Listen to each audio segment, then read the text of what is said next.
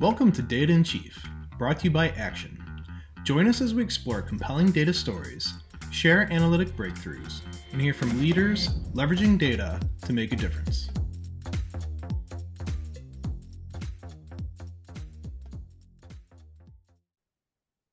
Hello and welcome to Data in Chief. My name is Jeremy Paytas and I'll be your host today. Today's guest is Drew Chapin, the CMO of Hyland Software in Westlake, Ohio. Drew, welcome to Data in Chief. It's great to be here, Jeremy. Thank you. Great. Well, thanks again for being our guest. I thought maybe a good place for us to start would be for you to tell us a little bit about your journey to CMO at Hyland. Well, I've been the Chief Marketing Officer at Hyland for the last 12 years. When I got here in 2012, we were about $230 million in revenue. And this year, in 2024, we'll surpass 1.2 billion. So it's been a fun 10 plus years of growth. Prior to my time at Hyland, I had several other marketing executive roles throughout my career at SAP, at CA. Started my marketing career at Hewlett Packard in product marketing. So it's been a good journey and a lot of fun. So, Drew, can you tell us more about Hyland Software and what services you provide? Happy to, Jeremy.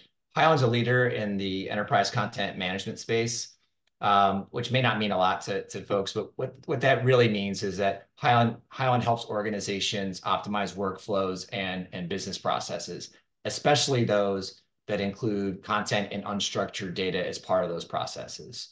So the company was actually founded on getting rid of paper. So we used to measure like the value of the deals that we would close by the number of filing cabinets that we were getting rid of. Of course, that's not a big issue or to solve anymore, especially in the United States.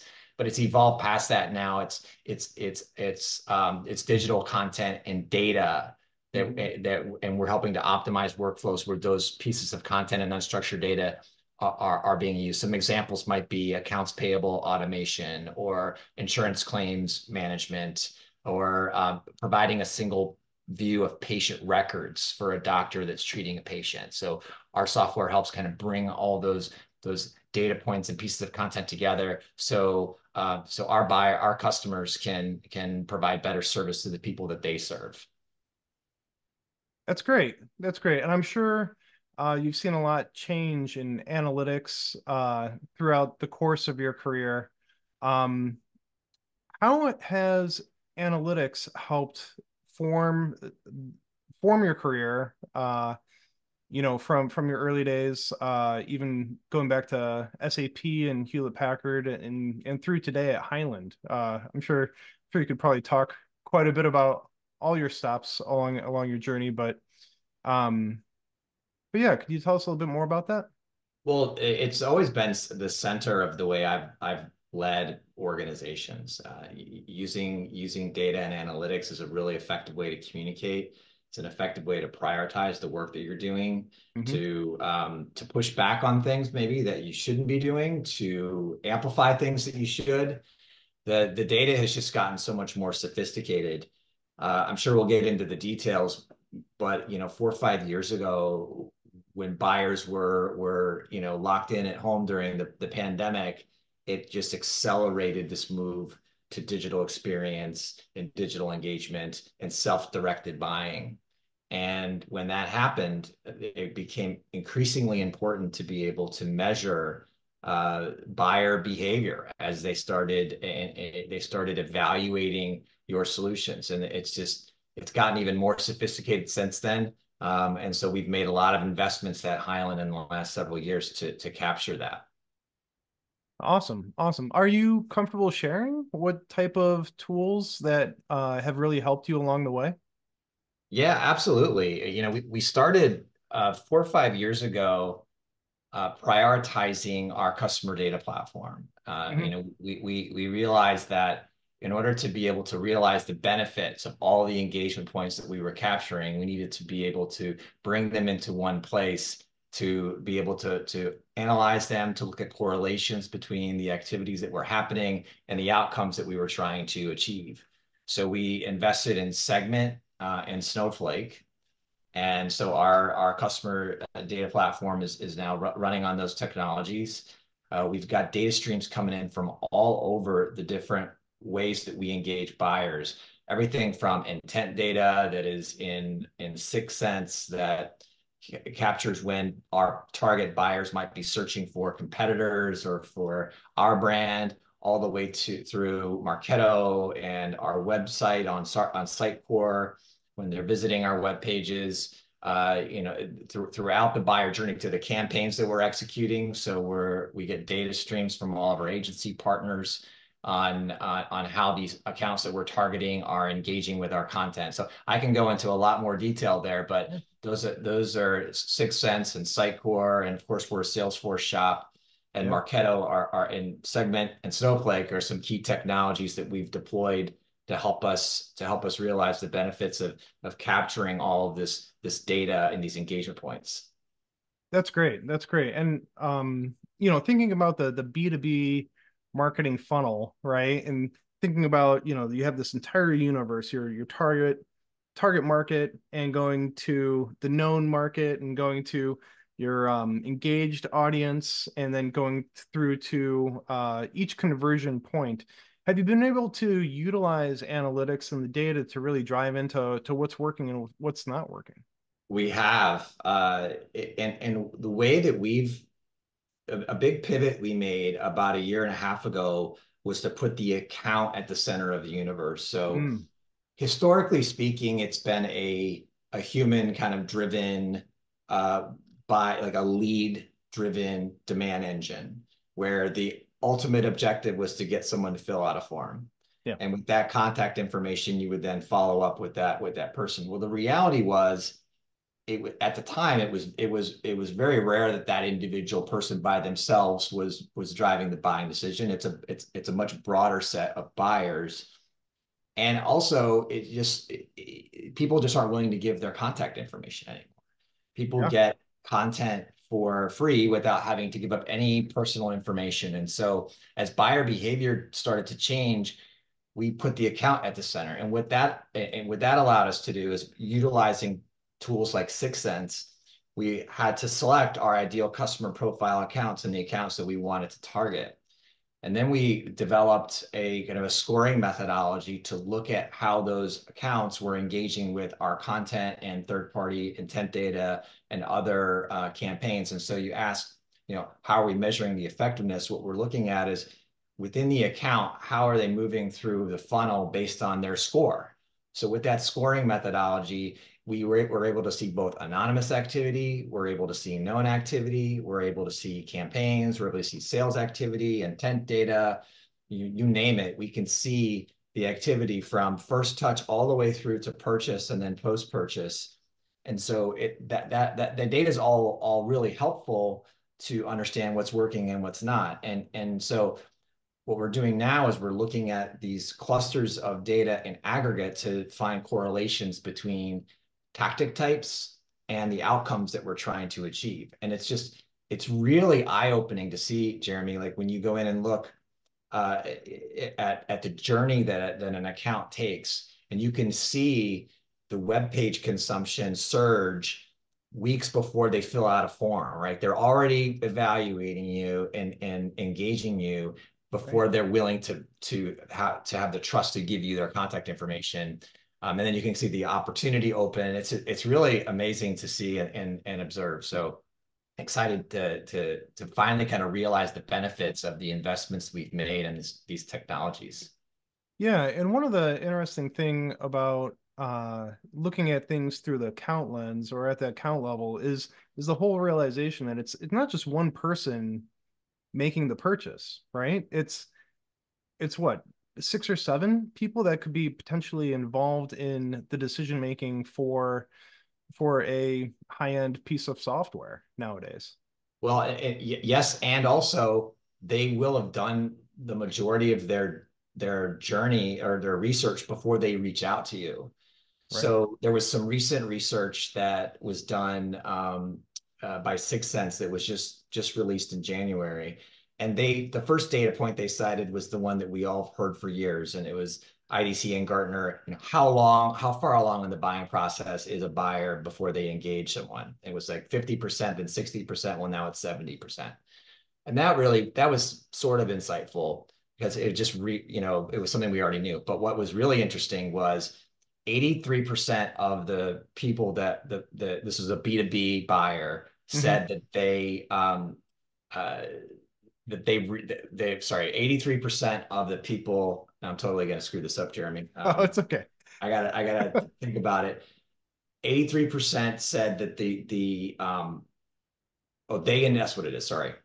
83% of the people said they initiated the contact with the vendor and not the other way around. So that first Oh, connection was driven by the buyer and not by the vendor.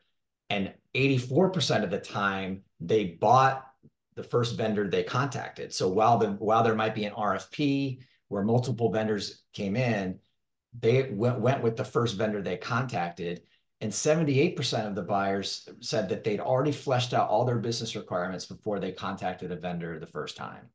So it really? just yeah, it just if you think about that in aggregate, it becomes so important to build the trust with the buyer digitally and to be able to measure those interactions to build that trust to be able to be that vendor that they call initially.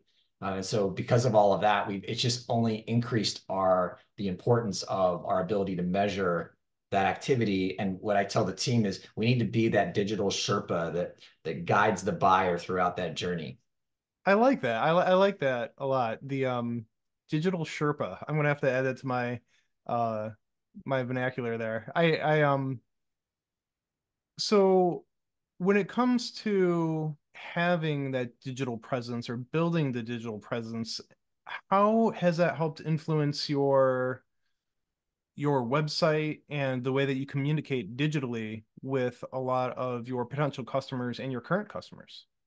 Well, for our potential customers and buyers, we completely relaunched our website last year. Oh, okay. And we did, and we actually streamlined it significantly. We eliminated thousands of pages that were in the long tail. There were pages that were getting maybe a small amount of visits over time, but those pages weren't being edited regularly. They weren't being optimized for search. They really weren't useful in the buying process. Where some of the pages that were getting the most visits, we found were having the biggest kind of influence on the buying decision. And so we streamlined and kind of skinnied up our sites to focus on the pages that converted the most. And we saw a significant improvement in engagement score. So, the Google engagement score measured by time on site and page views per visit, ours went up 68% year over year after we made the change from the old site to the new site. And so we stripped it down and so now we can focus on optimizing those pages and trying to convert that anonymous traffic to known traffic through Hmm. tools like Drift, which I should have mentioned earlier. Drift is integrated with our website. It's a way for us to engage our buyers. It's a chatbot technology. Hmm. Most of your listeners probably know that. But that's been that's been a huge a huge change for us. So that was the first thing we did. On the customer side, we've yet to relaunch our community site, but we are in the process of doing that. So we looked at it holistically. We didn't just say this is your website and this is your customer community. We want to look at it as an integrated whole from Hmm. I'm a prospect, I'm a new customer, all the way through to I'm the most loyal customer that you have. How are we crafting that experience in a way that delivers the best customer and buyer experience at scale? So trying to craft that experience through multiple channels. I imagine Hyland is utilizing, right, you have the website, which is a main form of contact, Right. potentially email campaigns, potentially call efforts. Yep. Um, how are all of those things measured, and how do you ensure that um, each channel is effective? So they're all measured within their own right. So we look at Okay. the channels themselves and the business objectives that we're trying to accomplish through those channels or through those campaigns. So if it's like an awareness campaign, we're looking at impressions, we're looking at clicks, we're looking at conversions. If Mhm. it's a demand gen campaign, we're looking for outcomes that are a little bit further down the funnel, conversion rate and acceleration and velocity and leads and pipeline specifically. But what's interesting about it is I don't view, I'm seeing this come much closer together now, where you used to have awareness focused tactics and demand focused tactics kind of running side by side, and you kind of plan them in an integrated way, but you didn't think about how they were engaging buyers in an integrated way. Mhm. When you go back to that account first approach that I mentioned, when we look at one of our target accounts or a cluster of our target accounts, we can see their journey and the content that they're consuming throughout it. And they don't necessarily follow the path that you want them to. They'll Right. bounce around.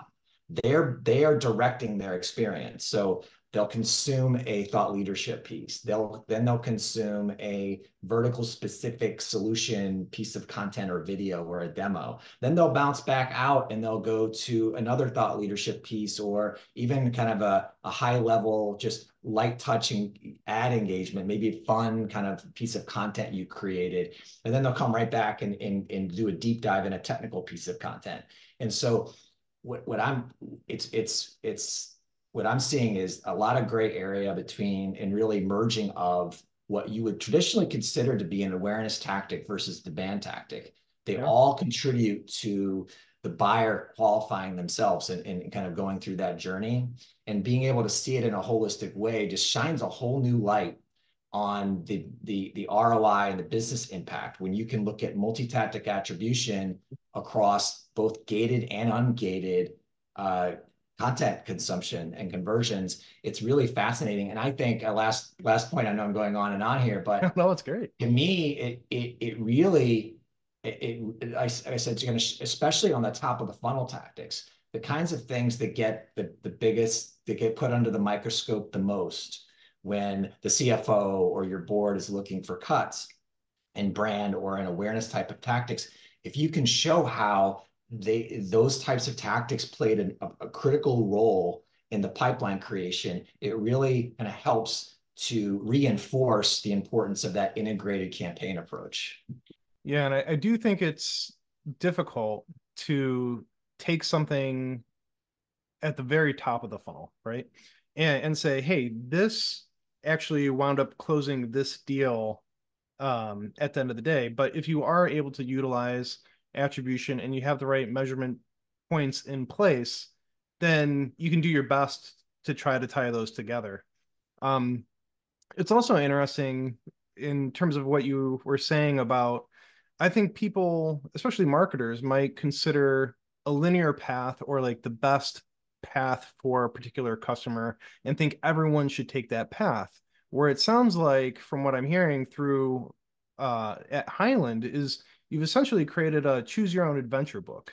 So here's all of the content that we think might be important to you. We're going to make it available, and whatever method you choose to consume that information will make it available to you. Did I hear that correctly? Is that You did. That's exactly right. It doesn't mean that we're not purposeful about the journey that we would like the buyer to take, and that we think about it, and we think about it in terms of awareness and consideration and, I mean, decision phase. And there's purpose-built strategies and content that is aligned to that.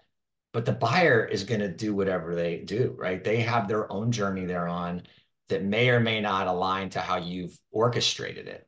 And so that's what's really cool about being able to see the engagement in totality of, if we look at, like, say, that the top 100 wins of the year for Hyland, and we go back and look at what content did they consume and when did they consume it, you're not going to necessarily see this linear journey that they took. yeah, yeah. Um, so one of the things I find really interesting about Hyland is for years and years, Hyland was known more by their product, right? So it was on base. For a lot of people understood on base, but might not be aware that it was even a Hyland product or Hyland was the name of the company. So I think along your journey, you've had to come across that and make some decisions about how to consolidate, how to make Hyland better known. Can you speak to some of your experiences through that? Sure. And for the first 25 years of Hyland's existence until 2016, 2017, it was a single product, single platform company. Hmm. And so really the Hyland as a company was really in the background, and OnBase was on the front page. It was our homepage URL. It was how we went to market. Flash forward to 2017, we started making some acquisitions of customer bases that were important for us to retain and keep. We bought Perceptive in 2017. We subsequently have purchased Alfresco and Nexio and other customer bases that are on platforms that we're going to continue to support into the future. So we could no longer go to market as a single product brand. We're now a portfolio of products. And so the master brand strategy of Hyland then went into effect, and we pivoted to putting the Hyland brand on the front burner and almost like renaming our digital experience and going to market as Hyland. And so to measure how we were doing along the way, we've been conducting annual brand studies. And in these brand studies, we've been looking at multiple different dimensions, most on the most basic level to measure what you're talking about, which is, do people know who you are and are you aware? We're measuring aided and unaided awareness of Hyland, and we included OnBase over the years too to just track that. But looking at our aided and unaided awareness in comparison to our key competitors. And so in 2017, as you might imagine, we had some challenges because we had not yet gone to market that way. And so, and these were annual studies that came through, and we looked at the aided and unaided awareness scores that year, and we had a lot of work to do. We made investments in brand, and made investments in some sports sponsorships, some brand campaigns with Formula One and with PGA Tour player Xander Schauffele. And we saw that number increase over the last 4 or 5 years to a point where we're feeling really good about our position from an aided and unaided awareness standpoint within our category. In fact, the only brands in our most recent study that had better awareness than Hyland did for content services, so this would be buyers of content services and ECM solutions, was Microsoft and IBM. Wow. Every other competitor, including OpenText and some of our other key competitors, we had scored higher than. Some other cool stuff that we've been looking at as well is we ask, so this is a very curated audience that we're targeting. So they have to qualify as a director or above and in a content services or ECM buying group. We've been testing both rational attributes of our brand and emotional attributes. Oh, So interesting. asking things like, which of these brands do you associate with innovation, with automation? With those would be more kind of like rational attributes, and then some of the more emotive attributes are, this is a brand I like to work with. I can trust this brand. Those kinds of things, Hmm. and we've been tracking those over time, and it's just really provided some interesting insights because for example, I'll give you one example. We kick ourselves and kind of all the time about, and we focus on the customers who aren't happy, which is always the case. Every company has unhappy customers, and it kind of pains Hyland and Highlanders when we see that, and we kind of wear that around a little bit too much, I think. And then you look at some of the way that we're perceived and we're perceived as a great brand, a brand that people love working with. Our brand advocacy scores are really high, so our conversions from user to advocacy are really high. So I think our worst critic, and to have data points like that are coming from these surveys that are blind surveys. It's like, we're not presenting ourselves as Hyland. It's a third party that's doing the surveys for us. And what the buyers of content services solutions are telling us is sometimes not always how we see ourselves. And Yeah. so it's those data points that allow us to help kind of set and shape strategy for how we want to position and message the brand and the company. Yeah, so that's really interesting. So by doing that, you're able to uncover insights that might not have been on the surface to you and to others making some marketing decisions. That's really interesting. That's right. That's right. I mean, we can feel confident sometimes when we lean into things that we know we do well, at least, or that we're perceived as doing well, but from a brand standpoint. So we feel confident sometimes making claims where we maybe previously wouldn't have been confident because we're, like I was saying, sometimes our own worst critic. Yeah, yeah. So Drew, I think we're approaching time. Is there any question that I didn't ask that you would have liked for me to ask? Well, the only thing you didn't ask, which is on everyone's mind, I think, from a marketing standpoint, is AI and how AI is affecting marketing. And there's no doubt that it is something that we not only need to be paying attention to, but also taking advantage of the innovations. And people are worried, I think, that AI will replace my job.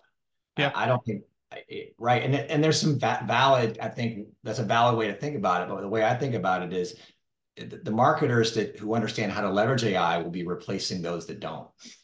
So the incentive is, if you haven't yet already started to dig in and understand where AI for marketing is going, I would advise everyone, including myself, to do so. We've actually stood up a marketing AI council at Hyland to help us make sense of all of the noise that's out there and create priorities that we want to pursue to invest in AI for things like content creation, personalization, of course, automation. There's a personalization, conversation, enhancements in digital engagement through conversations and things that drift bots and things. So there's opportunities really everywhere to take advantage of AI. So it's an exciting time to be in marketing, and you're really excited to dig in further. awesome. Yeah, it really is. I think you hit it on the head. I think a lot of people are there's a lot of excitement and a lot of fear and trepidation around the unknown, right? Um, but I'm glad that you highlighted a lot of the positives, and I'm happy to hear that you're being proactive about it. Instead of Right. reacting to the market, right? You're trying to get your forces together and figure it out as a company. That's and, great. and do it responsibly, right? I mean, there's Yes. there's a lot of potential risk there. And so we've put some governance in place to ensure not only that we're taking advantage of it, but also doing so responsibly and aligned to our core values and to any kind of making sure we're managing any risk that's there. Yeah. Yeah. No, that's really good to hear, and I'm sure that your customers are going to be happy to hear that. So as we close, Drew, what's the best way to find out more about Hyland? I think visit Hyland.com is probably the best and easiest way to do so, and visit our new website and check us out. Awesome. Awesome. Well, Drew, thank you so much. I appreciate your time. Always a great conversation, and I hope you have a good rest of your day. And thanks for joining us on Data in Chief. It's been a pleasure. Thanks, Jeremy. Thank you.